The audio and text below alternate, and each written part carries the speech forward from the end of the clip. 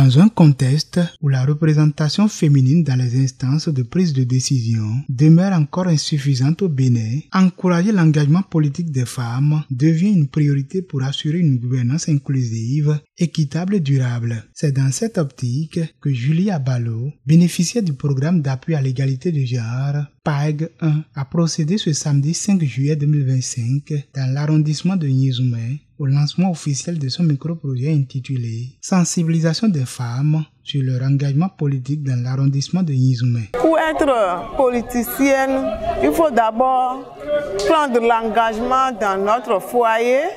Et chez nous, tout le monde va nous aimer d'abord.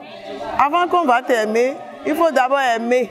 Si tu as pris l'engagement, tu dois savoir ce que tu veux faire et comment faire, quand faire. Et pour cela, nous avons sensibilisé les femmes de savoir comment gérer les foyers, les activités personnelles et comment prendre l'engagement politique.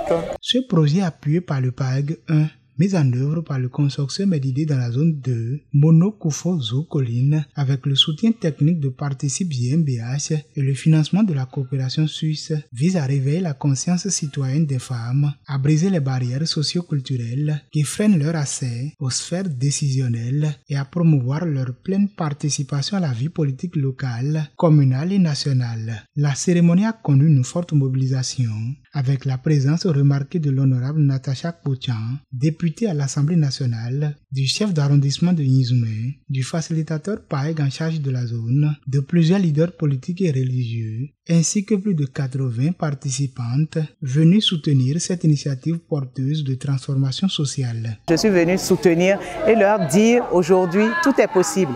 Pour la femme comme pour l'homme, je leur demandais de se préparer et surtout de travailler à la scolarisation des filles parce que c'est indispensable. J'ai parlé aussi d'autonomisation. On ne peut pas participer à la vie politique si on n'est pas une femme autonome. Donc avant de parler de tout ça, nous avons aussi abordé la question de la paix. Elles doivent travailler à la paix dans leur ménage, dans la communauté pour que plus tard, dès qu'elles auront envie d'aller à des élections ou de se positionner, que leur père unanimement les accompagne. C'est à peu près ce que nous avons dit. J'ai apprécié la présence des hommes aussi qui ont soutenu et ont dit qu'il est temps que les femmes participent à la vie politique parce que pour eux, ce ne serait que justice sociale. À travers ce projet, le PAEG 1 réaffirme sa vocation de bâtir une société où les femmes ne sont plus des spectatrices, mais actrices de la vie politique et citoyenne. Je remercie le consortium d'idées, Participe GmbH, PAEG 1, cofinancé par la coopération suisse.